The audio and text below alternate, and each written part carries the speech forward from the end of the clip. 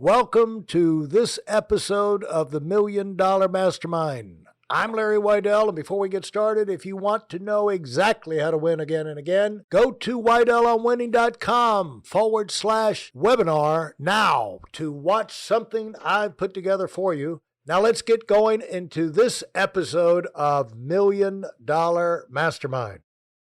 I'm here this afternoon with a great longtime friend of mine doing great things around the country.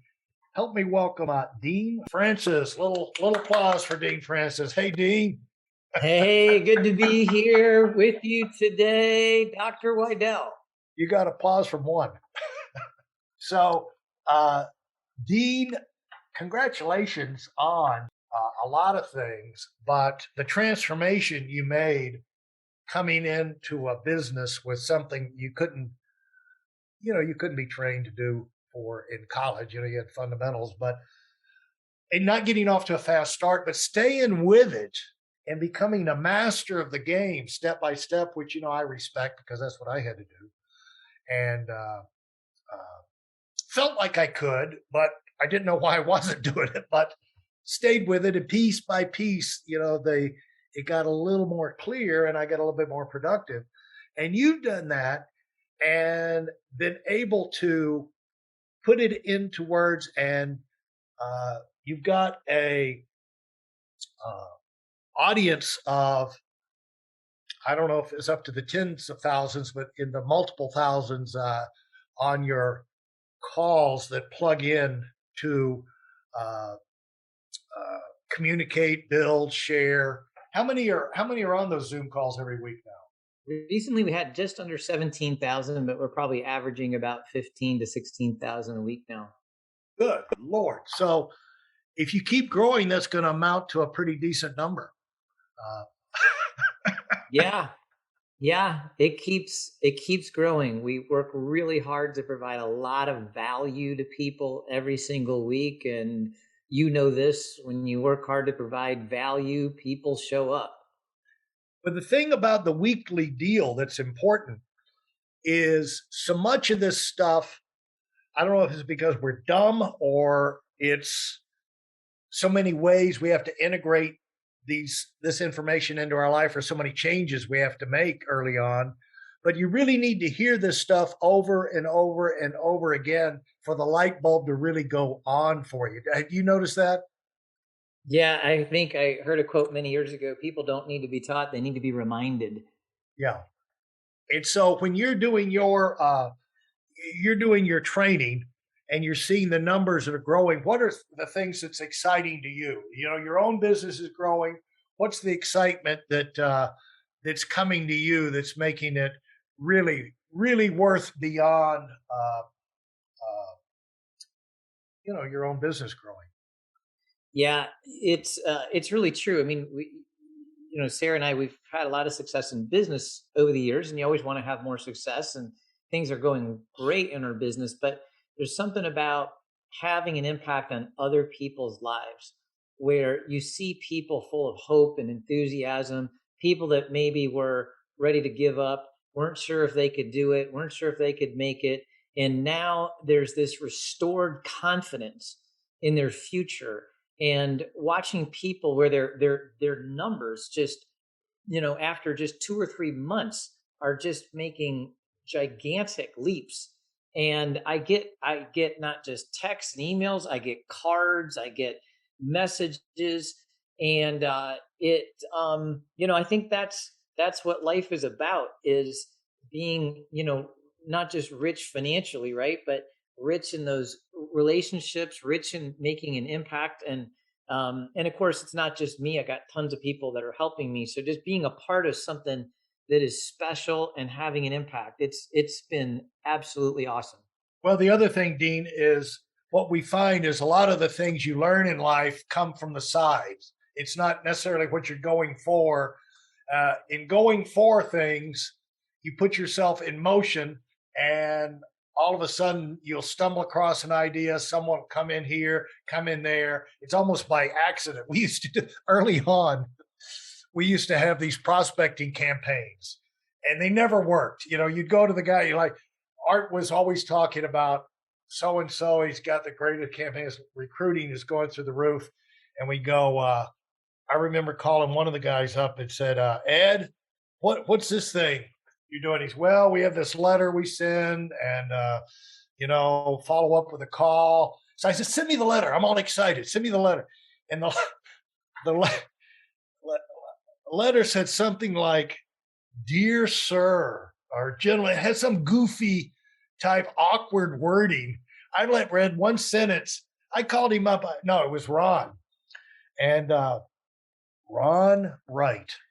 And I said, "Ron, what in the crap? This is the crappiest letter I've ever read in my life and most awkward. This cannot be the key." And he said, "Well, Larry, uh, you're right. But," he said, "we're stupid enough to send it out. And what happens is, because we're doing this and calling people, we just luck up into people. We bump into people." And he said, "None of the people that we have recruited from this explosion can we directly chase to that letter." Not one. But he said, "Only because we started doing that letter did people start falling out of the sky, or we start, maybe we started thinking of other people or something." So he said, "We're afraid to stop sending the letter now." But when you're doing these things, a lot of benefits come to you from the side you didn't even expect, but it's got to be working because of the feedback, and the growth of the numbers. And I know your numbers are growing, your 12-month cycles, the $100,000 earners that you are spinning off, the financially independent people that you're coming out of your organization, the offices that are opening up, is giving you all that positive feedback. But what was it like for you, Dean, when you got started? I know you can relate to these people because you went through the painful uh, experience of so hard to get a sale. Like the memory of the early years is nothing but when people said no, or things went wrong, or you did make a sale and then they would cancel it, and did get an appointment, they would cancel the appointment. But somehow, you struggle through. Like in my case, all I can remember is failure about the early years. But now I look at, and we've got 5-6 billion in assets under management. Yeah. Something like that. It's like, how did this happen? I can't consciously ever remember making a security sale, but somehow there it is. And so, Dean, in your life, early on, what do you think it was so hard for you to get started? Well, first, if it's okay, I want to comment on something you said Yeah. there a moment ago. You're in your book, Serial Winner. It is, it's that book is the heart of entrepreneurship, and you know what this is like. Here recently, you're referring to the Leaders for Innovation and Collaboration, and this organization that we created 18 months ago, and it's kind of like at times being, like a mad scientist in a lab. Entrepreneurship, you got to try stuff like the letter example that you just Right. gave. And I know that your example to me, sharing your stories early on, where you're sitting around trying to come up with another way to make things work. And you wonder sometimes, am I half crazy? And, but if you stick with it, eventually you start figuring out the things that really work. And so just for us, the idea of a motion and graphic video that could be used in the financial industry, it was just an idea, but we got excited about it, and we about fell flat on our face early on. But now, because of that, there's 9 incredible productions that are now out there that people are able to use to grow their business, and it has been a blast. And I just have, I guess, I value entrepreneurship probably even more, just kind of going through that experience, so much that you learn. Well, you made me remember that way back at the Cro-Magnon man era, when I expanded up to North Carolina, you made me remember that part of my traveling equipment was I actually took up a little makeshift machine that was like two toaster ovens standing on top of each other that had a little screen, and you put in a cassette tape, and it would flash pictures, kind of like a primitive video, and that gave me the confidence I need. I never remembered anyone paid much attention to it. I don't know where it went. I do know that nobody I recruited ever asked me, "Hey, where can we get one of those?" But somehow it was what I needed to get myself going. And I don't know if I would have gone without it, if you want to know the truth.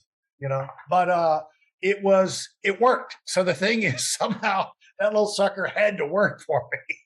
But I forgot about it. But it you got to be proactive when you move forward. And I'll tell you this, Dean, I don't know, nobody can listen to all of the podcasts out there, but I talk to a lot of people that are on Shark Tank, winners on Shark Tank, and some of the most successful people coming out of that, and Entrepreneur of the Year here and there. And almost all of them have a similar thing like you've got going, where they call them these little startup groups, or innovators, or where they're meeting with other entrepreneurial type people in the community, and it's like an idea factory. They get together and and they're different industries. Nobody makes any money off each, but they stimulate each other. And so it's kind of a common thing. It's like the leaders have got to stay fresh and stimulated, because the leaders are the ones got to be inspired.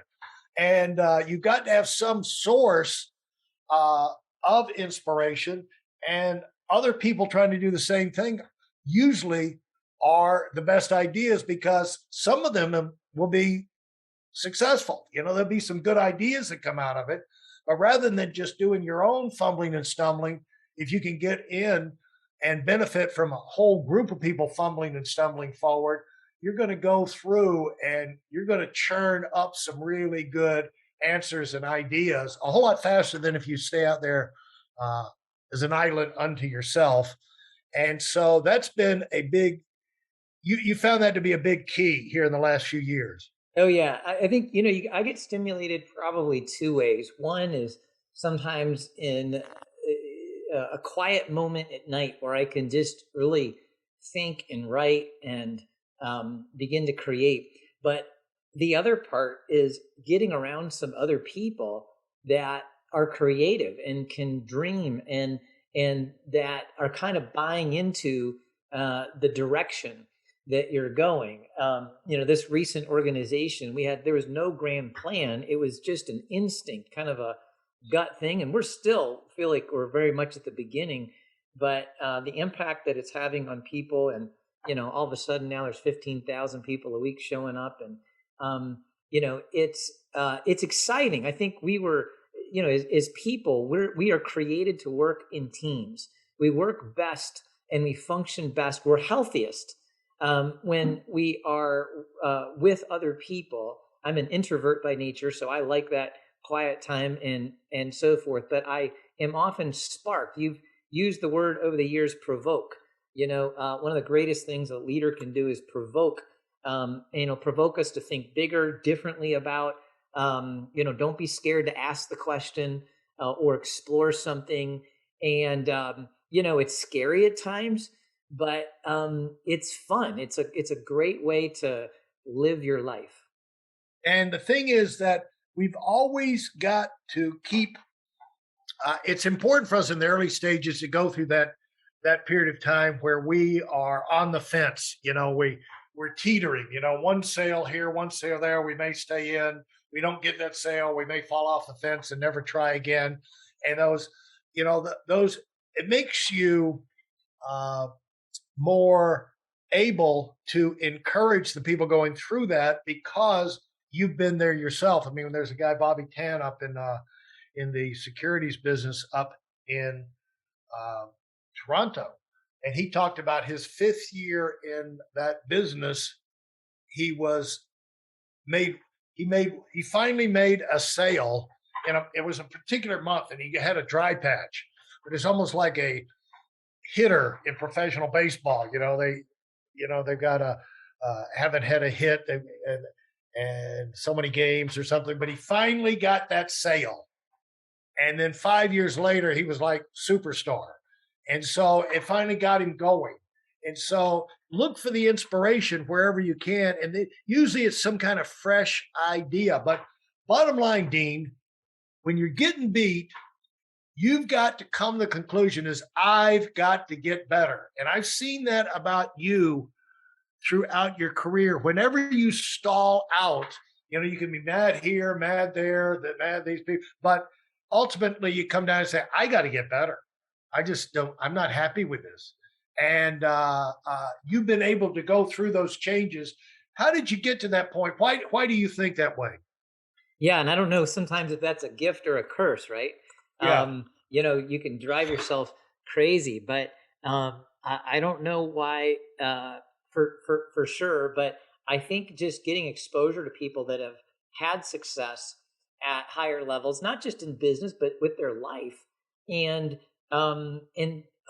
just compelled to want to be like that, to want to achieve like that, to be able to be in those discussions and then to have impact. I mean, it's the business success that you had, Larry, was just it has been unbelievable. It's extraordinary, but 10 times bigger than that, 100 times bigger than that is the impact you've had on people's lives. And I think when I got exposed to that, when I saw that my life could have that kind of impact through business, that was just that was exciting. And so the idea of settling means that I'm not settling for me, I'm settling for other people. When we back off, then we are going to have less impact with our lives, not just our ability to give financially, but to be able to pour into people, to touch people's lives in some regard that we wouldn't have been able to if we settled. So I think who you hang around is a big deal. I think hanging around a lot of people I hang around, they keep me in that state of mind.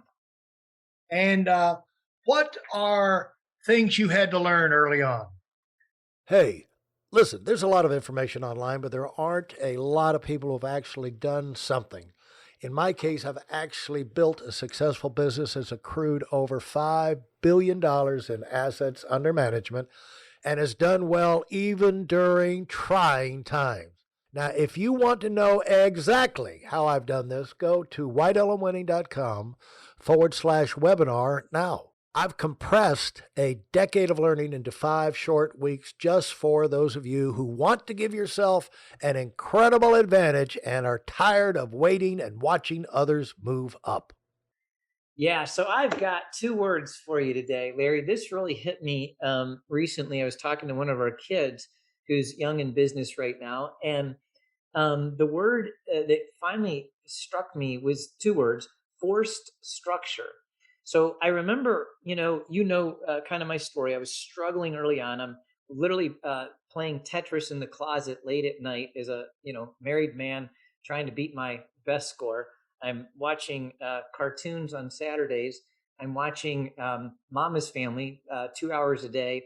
I'm taking Sarah to work at her minimum wage job at a daycare center, then coming back and getting in bed. This is not a good formula. So everything you could do wrong, I did wrong, and I'm a disaster. I'm a mess. And then of course I learned that Sarah's pregnant. And just as a reminder, Sarah and I, it was kind of a pact that she wanted to be that stay-at-home mom. That was her dream, and I sold myself on that. And so that day comes. Now we're married, and the first one's on the way, and I have to deliver. I mean, she is going to be coming home. She's not going to be working anymore. I have got to do it. I have nowhere. She didn't even flinch. She's like, "Well, you better figure it out because I'm coming home." And so I remember distinctly that next morning, getting up early and going to work. Well, I've always told people that's when I made a decision. And you hear that, the power of making a decision. And I don't want to take away from that. That's true. But it dawned on me that as motivated as I got at that moment, I still needed structure. I mean, until we actually have that daily, weekly routine in a productive spot, we can't. We're never going to get anywhere.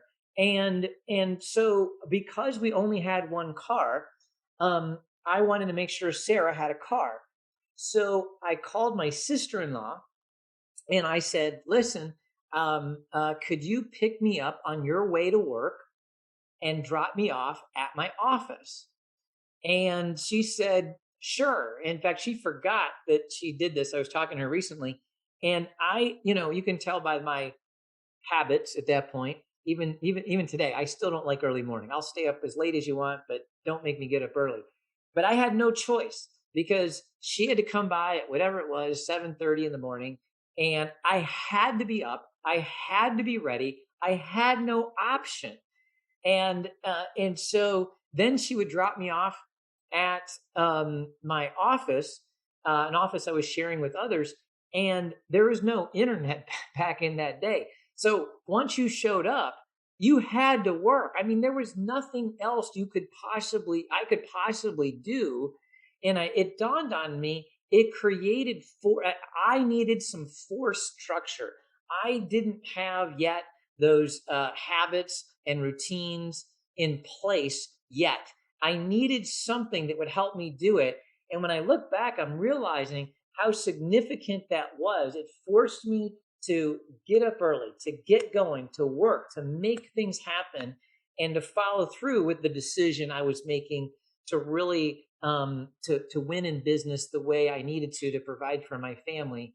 And everything took off from there. Everything happened. Then I think what happened in time is I created a lot of those habits where you could take away the force structure, and I was still going to It was operate that way. it was internalized. It Yeah, was internalized. There you it go. became internalized, and that's where people talk. It became a habit. Well, the structure, habits could fall apart, but when you have that structure built in, because internally in your bones, I got to do this. Yes. And your body, your bones, your structure says, stay on track. We've been the lazy route. We've eaten the whole pizza. We know what happens, when you let yourself go.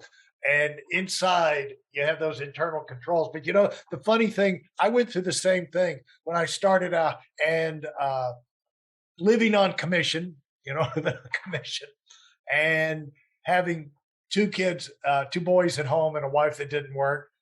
Uh, I knew I had to motivate myself because I hated the mornings too, always have. And so, but I had this thing about me, whereas if I had an appointment, if I had someone to meet, well, I'm not going to lay in bed when I've got somebody waiting for me. And so what I did is the way I made myself work was I scheduled breakfast every morning with somebody. Schedule somebody for breakfast. And so they're going to be over there for breakfast. I got to get up and meet them for breakfast. I did that for years to keep myself to start the day with a bang, and at least I'd have one appointment and people will come if you buy a breakfast, I found it very easy to get people to show up.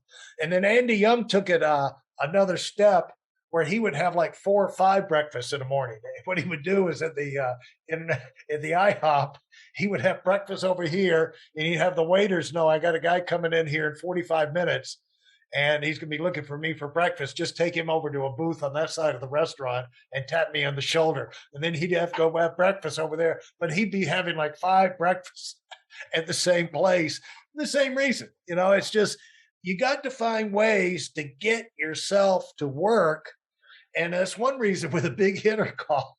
People say, why do you keep still doing the big hitter call? I say, well, it for one thing, it keeps me from letting myself turn into a negative SOB. Because I start the week off talking to gung-ho, happy, fired up people. And where it bothers me, again, the morning person, 9 a.m. East Coast is 7 a.m. Mountain Time, even if you are in Aspen, Colorado.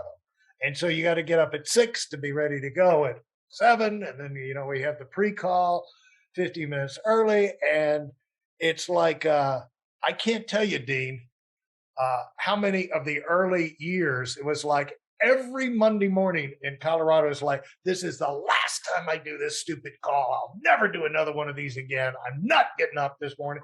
And then a couple of minutes into the call, I'm so fired up, I can't see straight.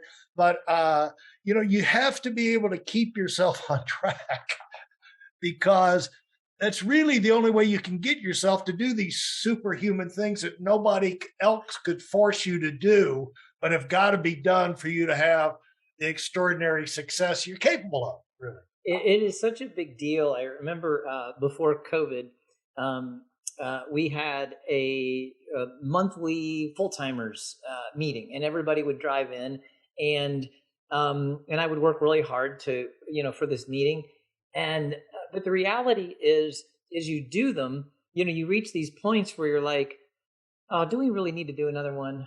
I don't even feel like doing it, and and gosh, it's got to be inconvenient for everybody to drive in here. And I mean, literally, like the night before, I'm like, I'm ready to cancel it and I'm talking myself out of it. And but then, of course, every single time, we'd have the meeting, and of course, I'm not the only person talking. I got lots of people speaking and sharing and even talking to people before and after and going to lunch. And by the time the whole thing's over, I'm pumped up.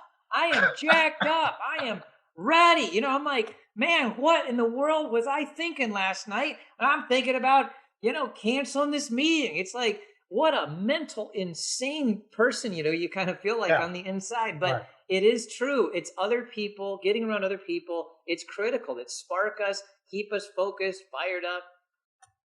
Yeah. The thing is, the biggest breakthrough I had in my life where the 4-point game plan came out of, and I use that, it was a turnaround where we went from recruiting 50 people to 1,800 people from 1979 to 1980, came from me going to the convention Art Williams had at Sea Island, Georgia. And he ran it in December because of cheap rates. And, back in the company was so small, he had categories for downline people. So I had a training manager underneath me, Richard Druin, and there was like 20 slots or something or 10 slots for district leaders, division, whatever he was. And I sold him on. I said, it'll change your life. If you can qualify for this thing, it'll be unbelievable. And, boom, boom, boom, boom, being around the star. And so he got so psyched up, he actually qualified for the contest. And in spite of everything, he qualified me too. So he basically the only reason I qualified was I psyched him up about qualifying. So here's the problem though, Dean. It was my first year in North Carolina. I'd worked around the clock. I gained 50 pounds. I was fatter than a tub.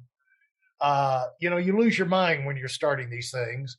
And I didn't want to be around happy people because the numbers were not good. And the last thing I wanted to be around was successful, happy people. I did not want to see happy people. And I would have not gone to that stupid Sea Island convention except Richard was going, Richard and Marty. And I couldn't let him see how much I did not want to go. So I had to act like, oh, yeah, unbelievable. We'll drive down together. It's the only reason I went. But because I was there, and when I was there, I hid in my room most of the time because I didn't want to be around the happy people again. But I don't need to say that again. But I was forced to be with the happy people. But in the hallways, I met some people, asked some questions, got some missing pieces to the puzzle, and I got super, what we had tried to make work, but just really didn't understand it. So we got the last pieces. I went back, had 3 weeks of December to work on my strategy to launch the new year. And son of a gun, if we didn't recruit 1,800 people. Right. And, but it all came because I went to a thing that I had psyched myself up into being forced to attend by getting Richard to go. And that's the same thing. You set up a breakfast, you do these things because what I found, Dean, you can't change how you are. Like if you're not a morning person, you got to find a way to work yourself around that and deal with it. You're not going to say, okay, I'm going to be a morning person. Those are the phonies. The thing is, like, how can you get yourself to do it in spite of the fact that you'll never be a morning person? But you got to do things in the morning. And so those, there's always going to be things that we have to get ourselves to do that we don't want to do. And mastering those, figuring those out equips you for being able to figure out a lot of the tougher problems, more complex problems you'll have as a leader going forward. Because if you can't figure out how to motivate yourself, you're not going to figure out how to motivate an army, Yeah, you had a quote for me many years ago. You said, Dean, to a certain extent, you got to figure things out for yourself. Yeah. And, and I think that's really true. Like, how do I keep myself in the right frame of mind?